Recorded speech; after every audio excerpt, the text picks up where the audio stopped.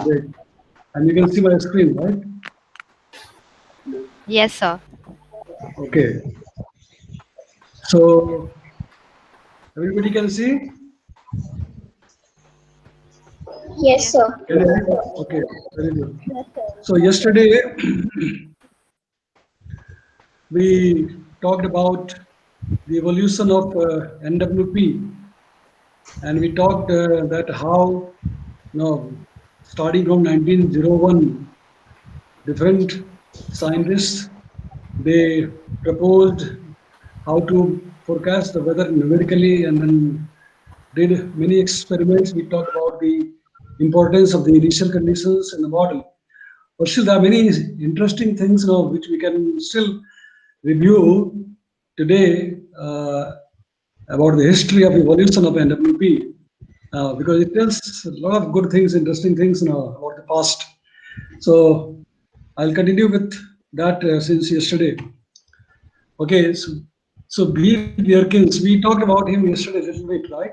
B. Bjerkins was a Norwegian scientist, and he did a lot of work on synoptic meteorology and eventually on dynamic meteorology, as well as trying to take this NWP forward. Now, in 1904, Bjerkins made two manifestos. Okay, the objective was to establish a science of meteorology, but the acid test was that to predict the future state of the atmosphere in a numerical way. Okay, the necessary and sufficient conditions for the solution of the forecasting problem. Now, as we know, are that number one, it is the initial condition problem. We should have a very good initial condition of the atmosphere. And number two, we must have a good understanding of the physical laws, okay, that determines the evolution of the atmosphere. So, step one, that means collection of all the data, etc. No, it's like a diagnostics. And step two is the prognostic, in which we try to solve the equation and give the future state values. Now, in a nutshell, the science of weather forecasting can be said that the atmosphere is a physical system. No, its behavior is governed by the laws of physics. These laws are expressed as mathematical equations. Then, using observations, we determine the atmospheric state at a given initial time.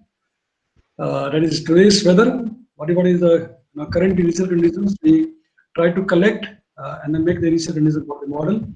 And then, using the equations that govern the atmosphere, we calculate how this state will change over time. That means what will happen in tomorrow's weather. Okay. But the thing is, we should have a very good, powerful computer. Okay. For this, to make the complex calculations and millions of calculations. And then number two, that we know that as we go forward in time, then the accuracy of the forecast will decrease.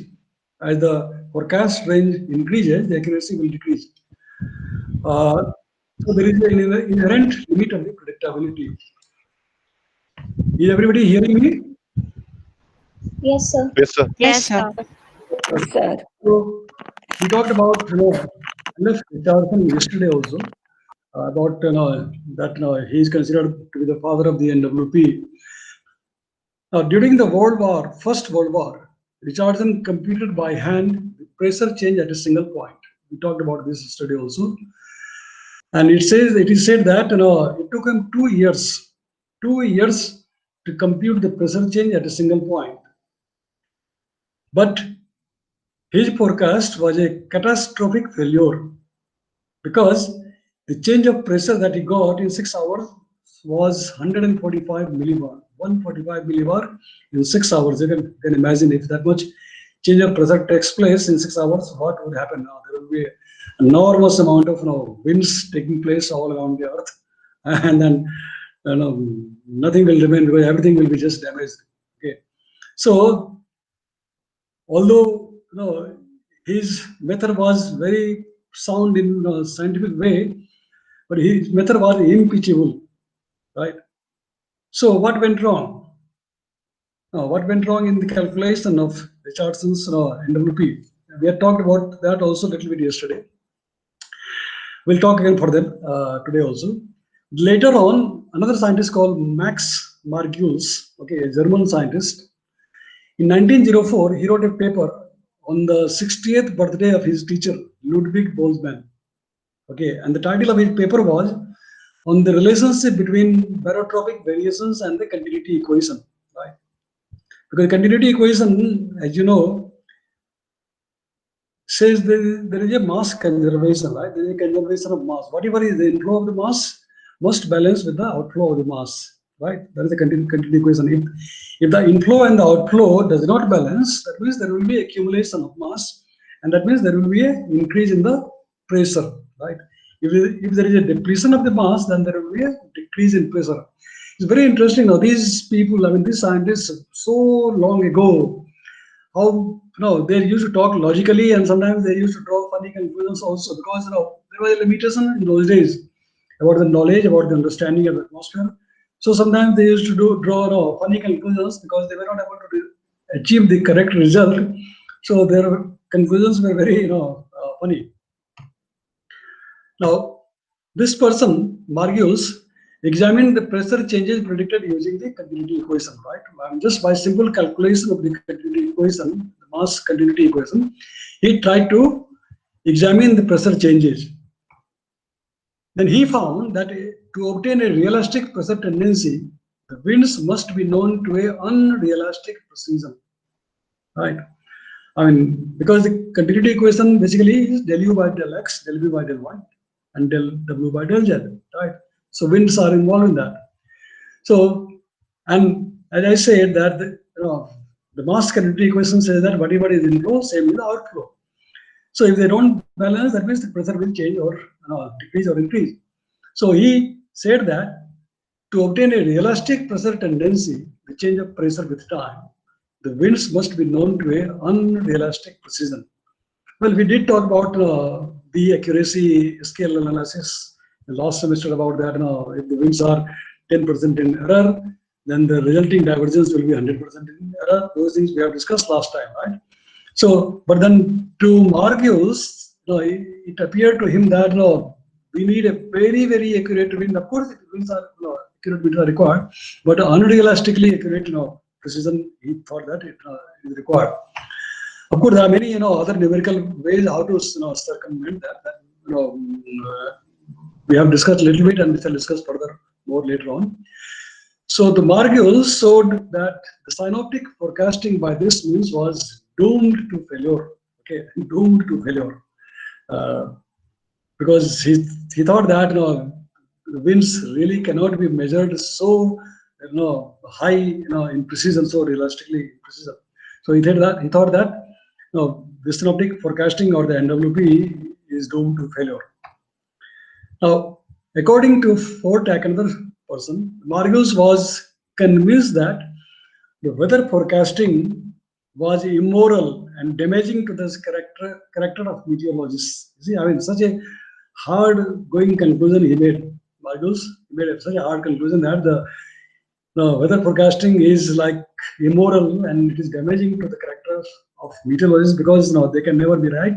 They will be always wrong, and people will always say that meteorologists are liars, right? Very hard conclusion. Now let's see, how the continuity equation can be used to calculate the change in pressure, or how the continuity equation can affect the changes in pressure or pressure tendency. Now let's say this is the area. I mean, it could be anything. This area shown here is Dublin, the Ireland. Okay, Northern Ireland. And here a square area of 15 kilometer by 15 kilometer is taken. Okay, it's like analogy to a cell of a finite difference model of the atmosphere. Okay, now on this 15 kilometer by 15 grid box over any town, it can be anywhere. It can be Delhi, it can be Jaipur. The diagram shown here is showing for Dublin. Okay, so we have got an inflow box here shown in the diagram, and there is an outflow box shown also there on the right side. Are you all able to see the diagram clearly? Yes, sir. Yes, Yes, sir. sir. Yes, sir. Yeah. Sir. So this is the left side is the inflow diagram, and this is the 15 kilometer by 15 kilometer box. Okay, and there is a wind speed of, say, let us say 10 meter per second wind speed. All right. So whatever is the wind speed coming inside this box inflow, if the same wind speed is also outgoing, u is equal to 10 meter per second outside, going outside. That means influx equals the outflow, and so the pressure will remain unchanged. Okay. Now in the right hand side panel, the diagram that you see here, say the inflow is more than the outflow. That means suppose the wind, incoming wind is 11 meter per second, for example, and the outgoing wind is 10 meter per second on that box. So in that case, the inflow exceeds the outflow, and so the pressure will rise. Right? Simple principle, right? Simple conservation of mass principle. How the pressure can increase or decrease, and you can deduce that now by a given speed of the wind, how much pressure can increase or decrease or change. Okay. Now, pressure tendency. What is pressure tendency? Pressure tendency, is like rate of change of pressure with time, right? Tendency. Tendency of anything is like rate of change of that quantity with time. So pressure tendency is rate of change of pressure with time. Generally, in meteorology, especially when we are doing the synoptic forecasting, also in numerical forecasting, also many times we can calculate this pressure tendency. What is the tendency of pressure in last 24 hours? Change of pressure in last 24 hours, because that indicates a lot. And there is a isolobars. Have you heard of the isolobars? Isolobars? Yes or no? Isolobars. No, No. sir. You have heard about isobars, right? Isobars? Yes, sir. Yes, sir. Yes, exactly. Yeah. So isobars are the lines of equal pressure, right? But isolobars are the lines of equal pressure tendency.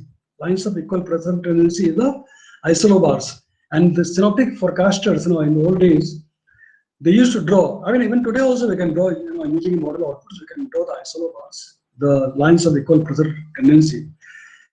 And by No, sir. by doing the isolobars, drawing the isolobars, we can see how the isolobars move.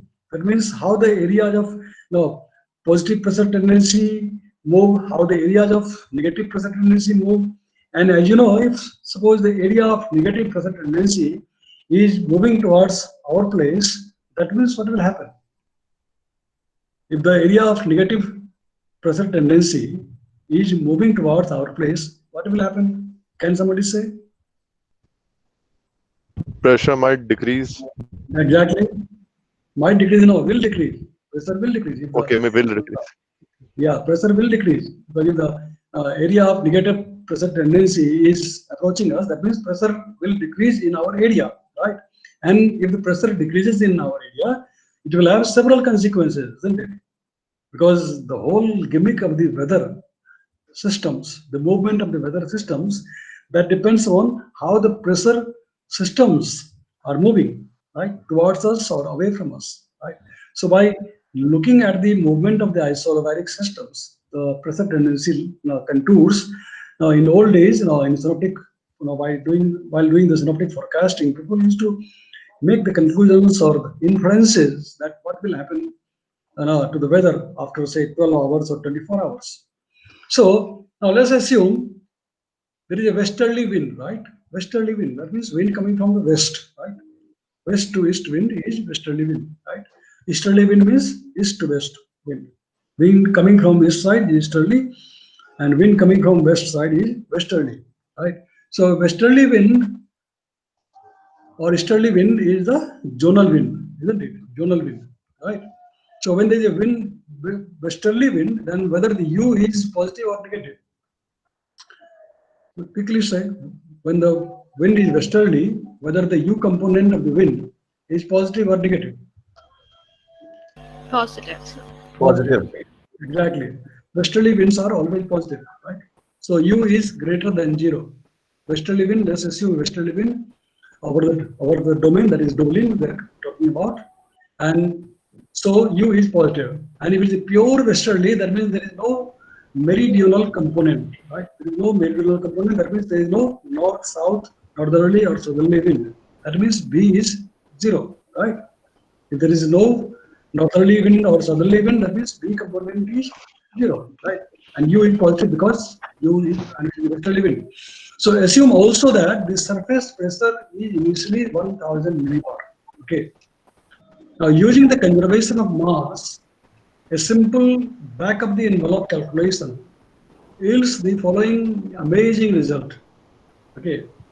And the result is, if the speed on the western side of the box exceeds that on the east by just 1 meter per second, speed of the wind on the western side exceeds that on the east side just by 1 second, then the pressure tendency is about 7 Pascal per second.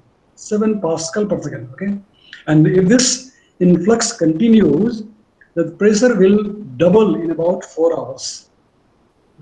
You understand the implications now?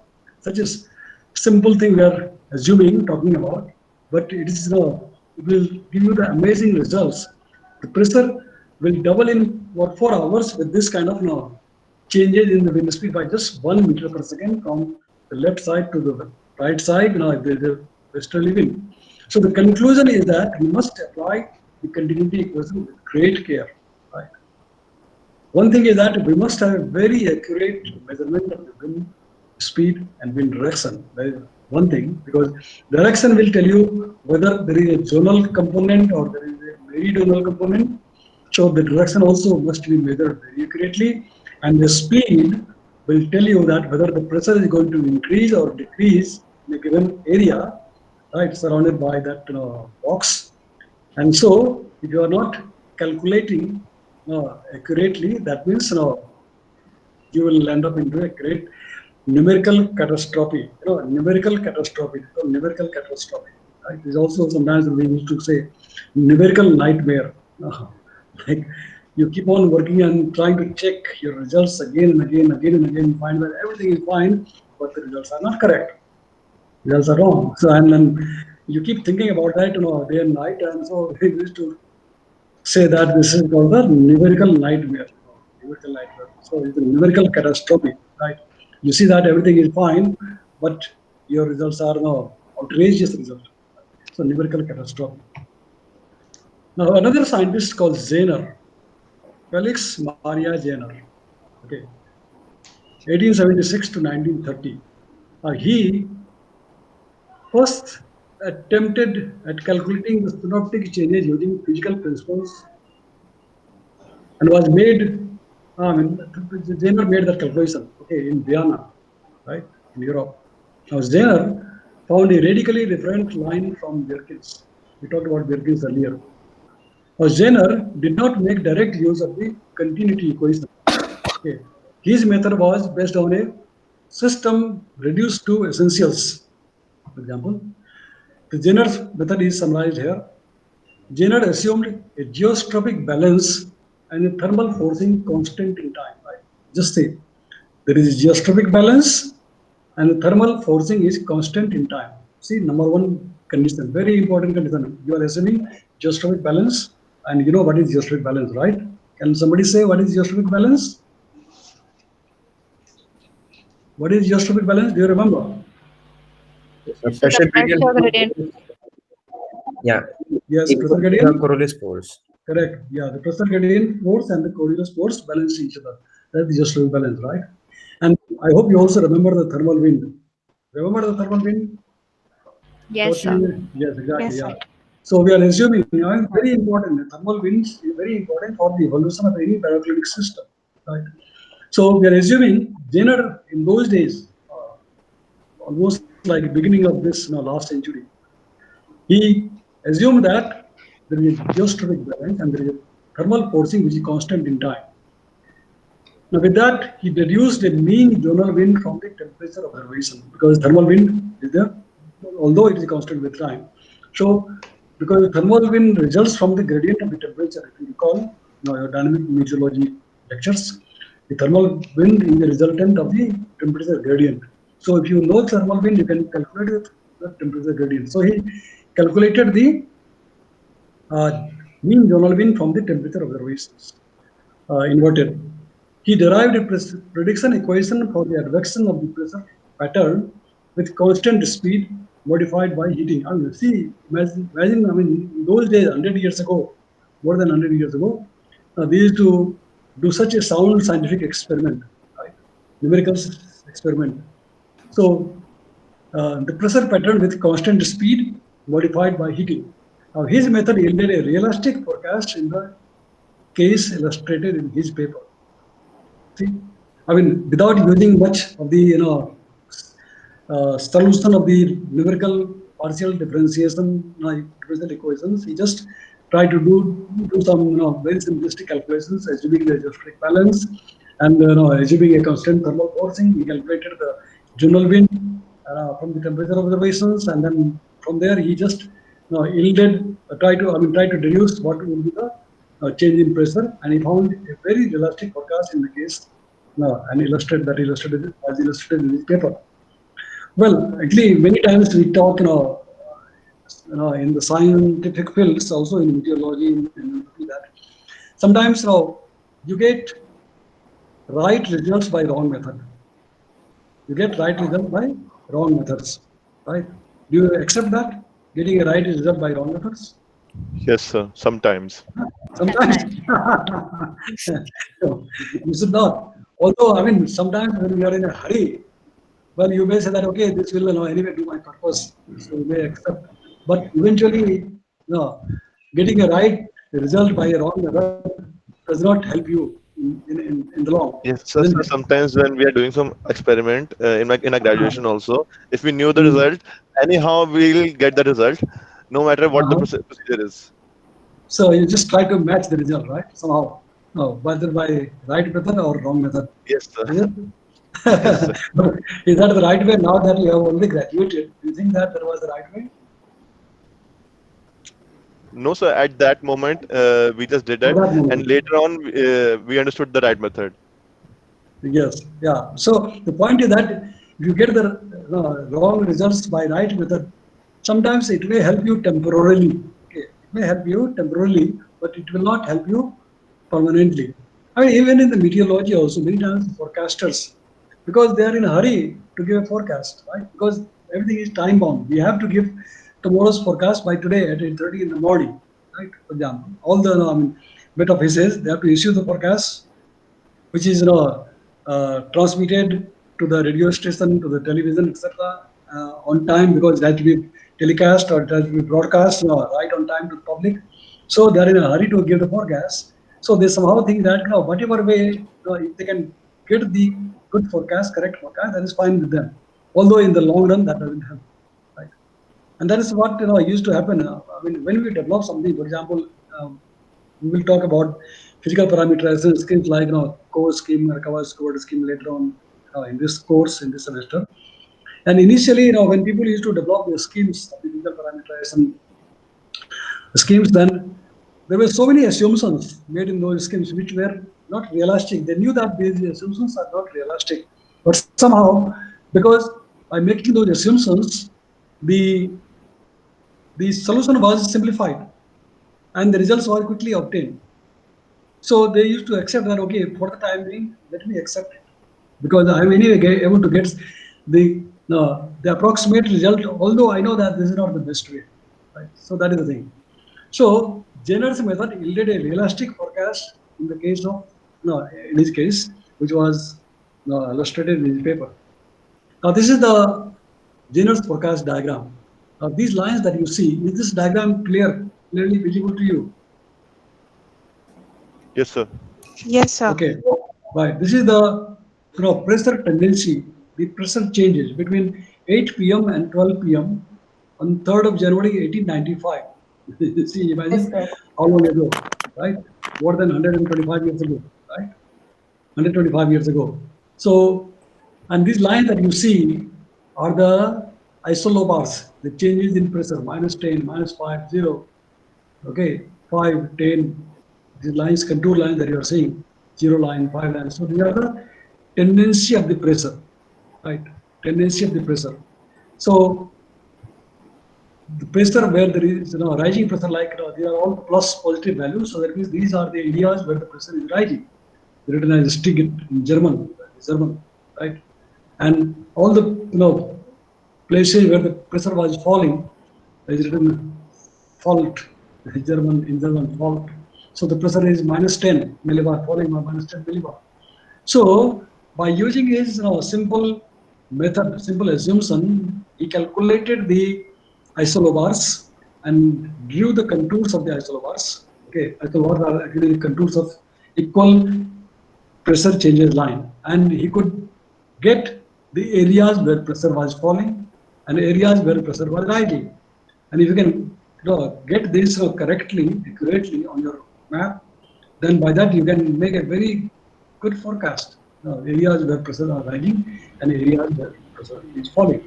So this is Sir, what yes. so how would we decide the zero line? How would we decide? I mean, see, the values are plotted like -3, -3, -2, 2. So this is a +2 and this is a -3, right? So in between there must be a zero line, right? So depending upon looking at the values, this is +2, this is -3, okay? So there must be somewhere a zero line, and so you just try to draw this zero line close to the +2 because -3 is slightly even away from 0, isn't it? So like that, you look at all these points. In the old days, when they used to do the synoptic forecasting, at all these stations, there were no grid points in the old days. There were only stations, right? So all the places, all the stations which were reporting the observations, whether it's temperature observation or surface pressure or whatever observation, they used to just plot manually. I was telling you day before yesterday, last week, that manually the observers used to plot the observation on big maps. Say in our case, we used to have maps of RSMC, we call it RSMC, Regional Specialized Meteorological Center, RSMC, Regional Specialized Meteorological Center, which covers a very big area of Asia, in which India is placed in the center, and then the map starts from say East Africa and then ends in the west, and in the east it goes up to the middle of the Pacific. Similarly, in the southern hemisphere, it starts from say -20 in the Indian Ocean, and then in the northern hemisphere is to go up to about middle latitude 45° north or so. So very big map, RSMC. So on that RSMC map, so many countries are there, obviously, because starting from East of Africa to the Philippines and Indonesia, and from the southern hemisphere -20 to 45° latitude, that means so many countries are there. So all the data which are received from all those countries, they're all plotted. They were used to be plotted manually, and then from there, the analyst, the weather analyst, they used to do the analysis, that means draw the isolines, isobars, isotherms, and so on. So like that, they used to draw these contours. So is that clear how you draw the zero line? Who asked that question? Three. Haritashri. Okay, so is that clear how we draw the zero line? Yes, sir. Okay. Yes. So just for clarification, the vertical and Yes. horizontal lines are isobars, and There the is no vertical line. There is only horizontal line here. There is no vertical line here. Here, sir, all these lines are isolobars, and these are Okay. latitudes and these are the longitudes. Okay. and the curved lines are the pressure change. Yes, isolobars, change of Okay. equal pressure. Okay. So Okay, So then this so then the zero line would mean that there's no pressure difference within a particular exactly. I mean, time. yeah, in this line, wherever this line falls on, the location through which this line passes, that means in this line, there is no change in pressure between 8 p.m. to 12 p.m. of 3rd January 1895. Sir, is that Okay. possible? Like no Yeah. pressure Why? change at all? Yeah, that is possible. I mean, it's not necessary that pressure must keep rising or keep falling. Pressure can be steady also, right? Pressure, Yeah. pressure can be steady also. So this is the place where the pressure is steady. There is no change. Okay, if you go more towards northwest from this line, the pressure is falling, and if you go more towards the east from this line, then the pressure is rising. Right. So obviously, rising pressure, that means weather will be good in this area. Falling pressure, that means weather will be bad in that area. Right. There will be cloud, there will be rainfall in this area, and there will be clear sky, right, sunny weather in this area. This is a very simple logic,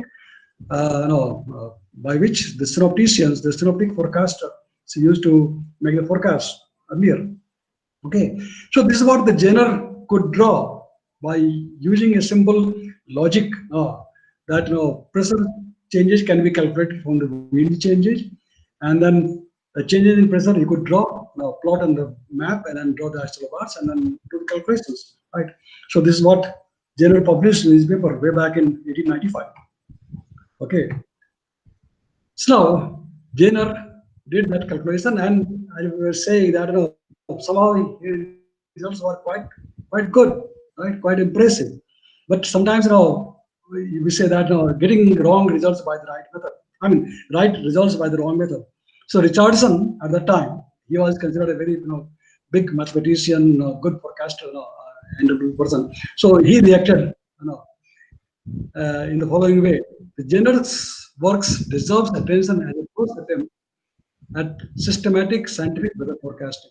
Okay, the only reference by Richardson to the method was a single sentence in his book, on weather prediction by numerical method, that a person called F.M. Jenner has published a prognostic method based on the source of air supply. That's it. I mean, although Jenner could get a fantastic results for those days, but Richardson was a big scientist in his own capacity, and he just mentioned just one line in his book that a person called Jenner has published a prognostic method based on the source of air supply. Okay, it would appear from this that Richardson was not particularly impressed by Jenner's technique. Okay, so it is noteworthy that Jenner's forecast was unspectacular but reasonable, and Richardson's forecast was spectacularly unreasonable. You see, the Jenner's forecast was unspectacular but reasonable, but Richardson's forecast was spectacularly unreasonable. See, this is how we try to differentiate between right results and wrong methods, or wrong results by right method. Okay, when your method is not perfect, then sometimes although you are trying to do the right, but they are wrong. So now let's talk something more about the Richardson. Bjerknes proposed graphical method for the solution of the forecasting problem. Bjerknes we have talked about earlier, right? The Norwegian scientist. Now Richardson was bolder, or perhaps more foolhardy than Bjerknes. Richardson attempted a bulldozer approach, calculating changes from the full partial differential equations. Okay. What Bjerknes did was that he just tried to get the solution by some graphical method. But Richardson did a more foolhardy by bulldozing approach, and then he tried to calculate the changes in pressure or changes solution of the partial differential equation.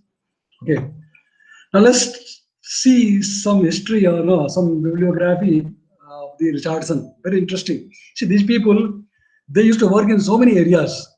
Okay, now Richardson, of course, these things you can read yourself. But interesting thing is that he worked in, of course, after graduating in Cambridge, King's College is supposed to be a very famous college in Cambridge. Even today, King's College is supposed to be very famous in Cambridge University. If you go to Cambridge, you can see those King's College. Now, you have heard of the Isaac Newton, obviously, right? Newton's law of motion. Yes, sir. Newton, yeah, exactly. If you go to Cambridge University, you can see that there is a big chamber. Still today, more than 400 years. Cambridge, Newton has passed away.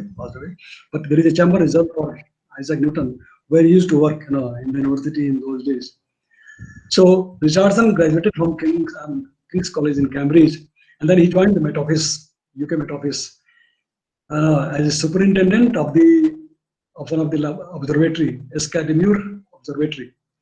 But then he resigned from Met Office in May 1916, and he joined an ambulance unit. See, left the career in meteorology and joined an ambulance unit. Probably there was a time of the First World War or so. Then he was re-employed by the Met Office in 1919.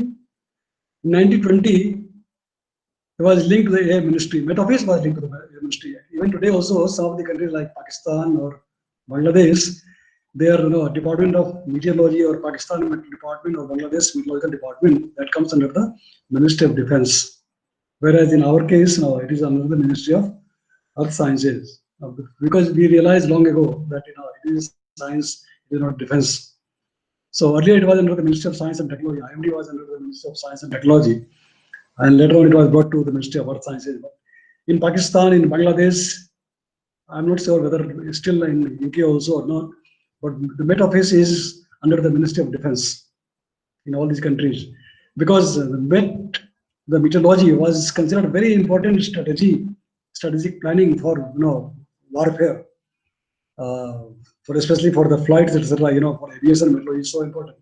So Met Office was linked to the Air Ministry in 1920. Okay, and of course, in 1922 he wrote the famous book on weather prediction by numerical processes. Then in 1926 again he brought with meteorology, worked on the psychrometric studies, and later on the mathematical causes of warfare. Mathematical causes of warfare, see the subject.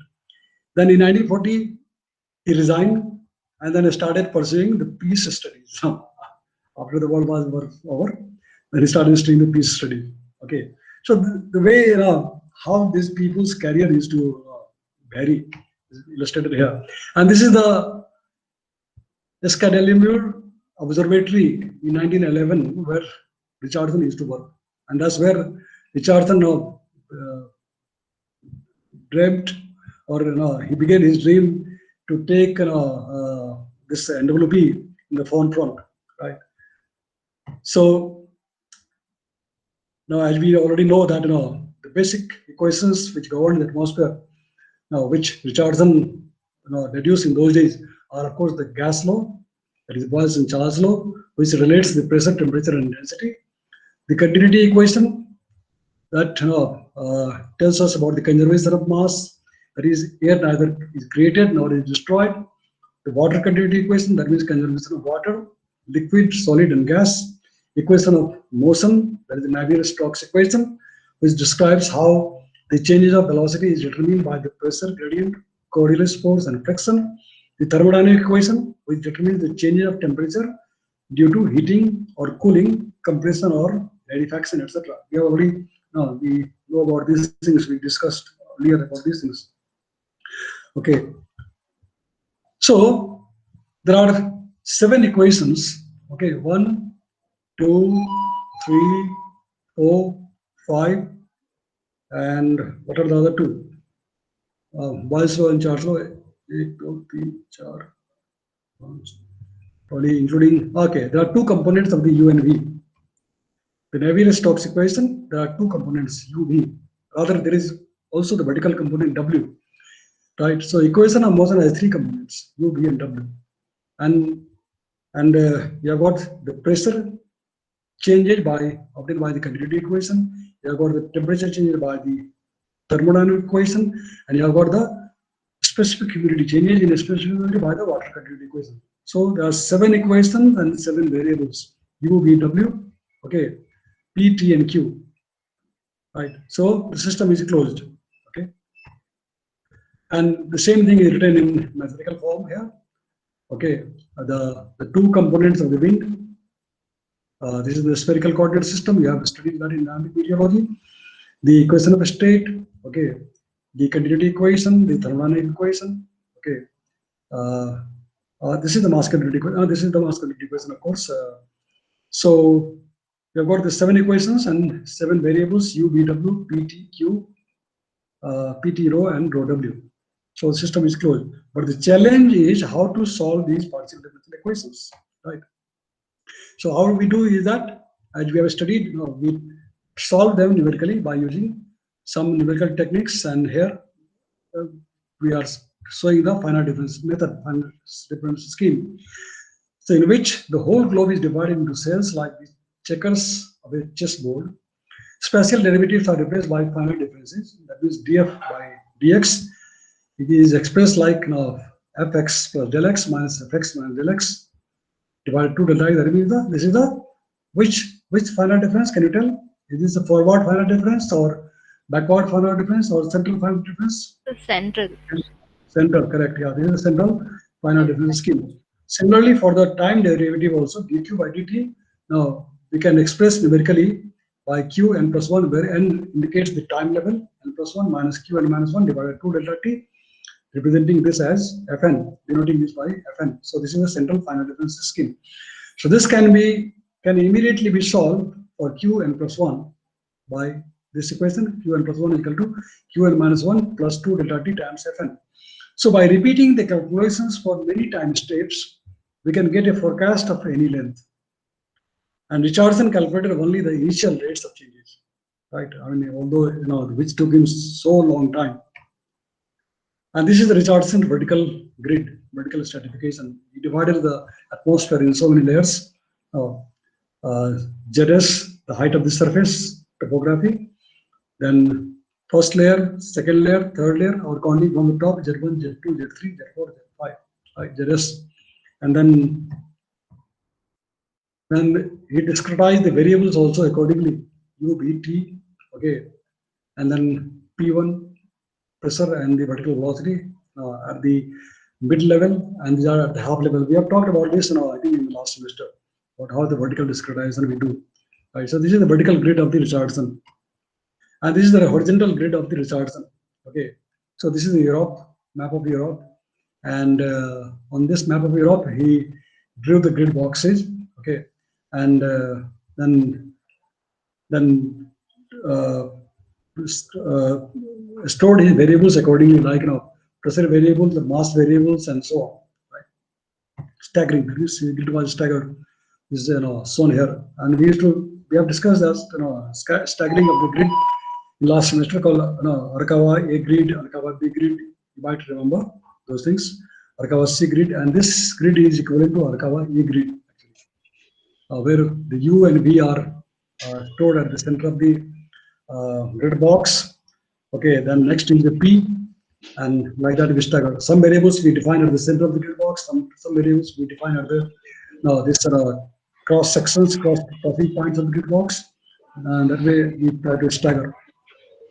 And so then what is the star depicting over here? What is that? Surface star. values. Okay, Surface values. Then as we discussed earlier, how Richardson did the entire differential equation, he divided into each term by term, and then he made a chart like this. In this chart, each column is representing one term of that partial differential equation, right? And then later we shall see that then when he made that big factory for predicting the weather, then all the factory workers, they were assigned each of these terms to calculate by calculator, by hand in those days, and then the charts were filled up, and then after that it was summed up and the values are passed on to the next person. So this is the Richardson computing form. The figure in the bottom right corner is the forecast change in surface pressure, which he got as 145 millibar in 6 hours. And this is Richardson's factory. Okay. And you can see that this is a massive building, multi-storage theater type of thing. There is a ground floor, there is a floor above that, there is a floor above that, and so many floors are there. And each floor there is a circular sitting arrangements in which all the factory workers are sitting at each floor, right? And there is a tower in the center. Also in the tower, the main scientists are sitting on this tower. On top of that, the main orchestra conductor, the main conductor is standing there, right? So each of these people sitting in this gallery, they were assigned to calculate one term of that equation and then pass on the value to the next person. And then again, each grid point was assigned to one person. So like that, people used to calculate the values and then pass on to the next person and so on. So eventually, after getting all the values in that tabular form, which you just saw, finally they used to make the final forecast by adding or summing all those things. And even after that, the value that he got was not correct. But interestingly, just see, Richardson, by doing this way, he did actually a massive parallel processing, right? We talk about the parallel processing in computer, parallel processors in computer. We talk about 100 processors or 1000 processors or 2000 processors. Today's supercomputers that we have, for example, the one which is there in IITM Pune, or the one which is there in NCMRWF, there are several thousand processors in that, isn't it? And what is the job of each processor? In parallel processing, the parallel processing computers, the job of the processor is that you just assign the task.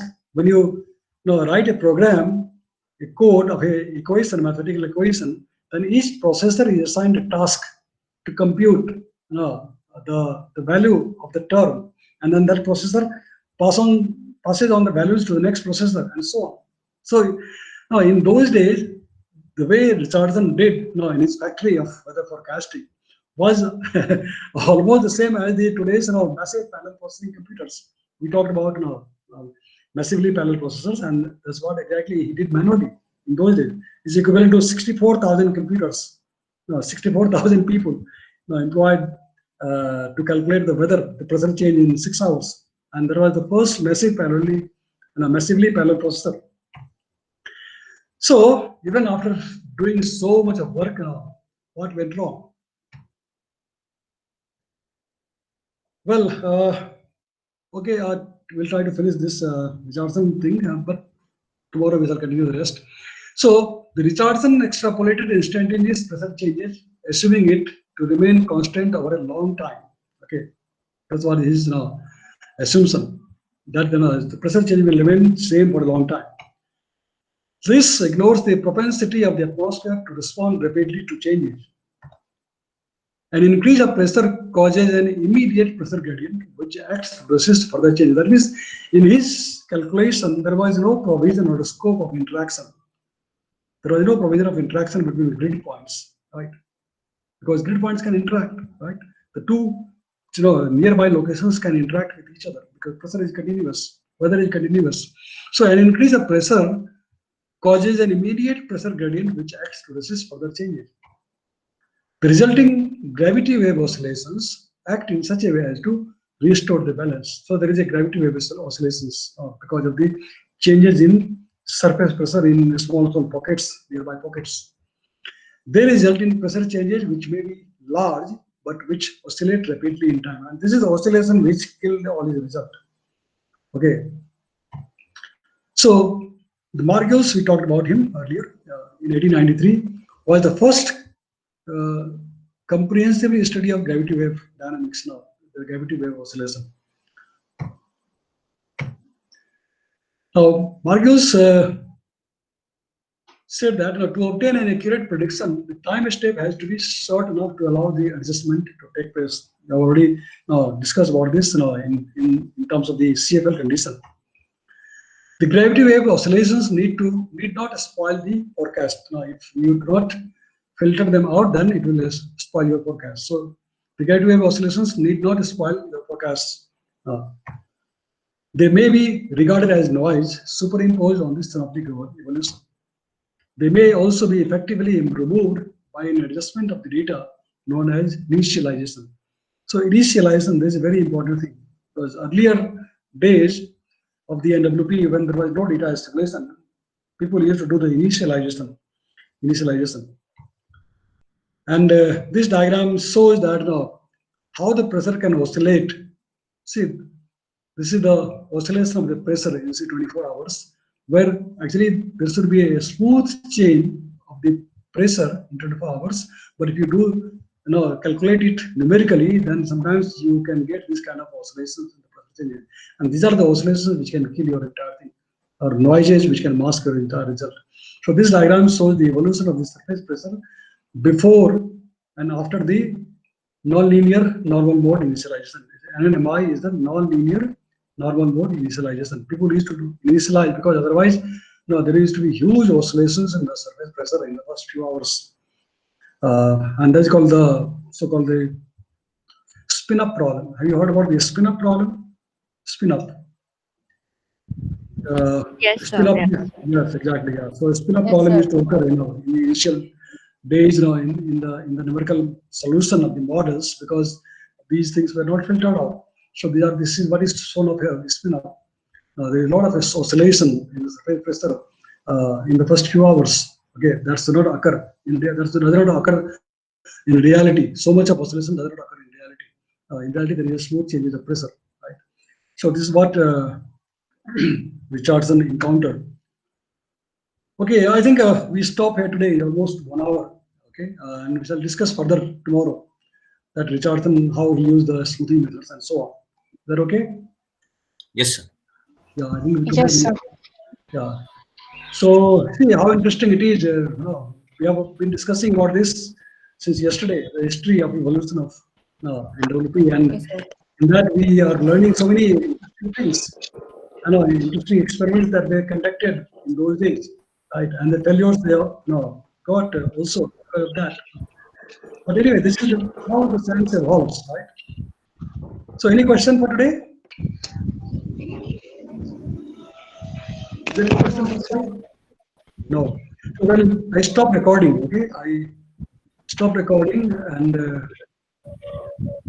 stop recording. Okay.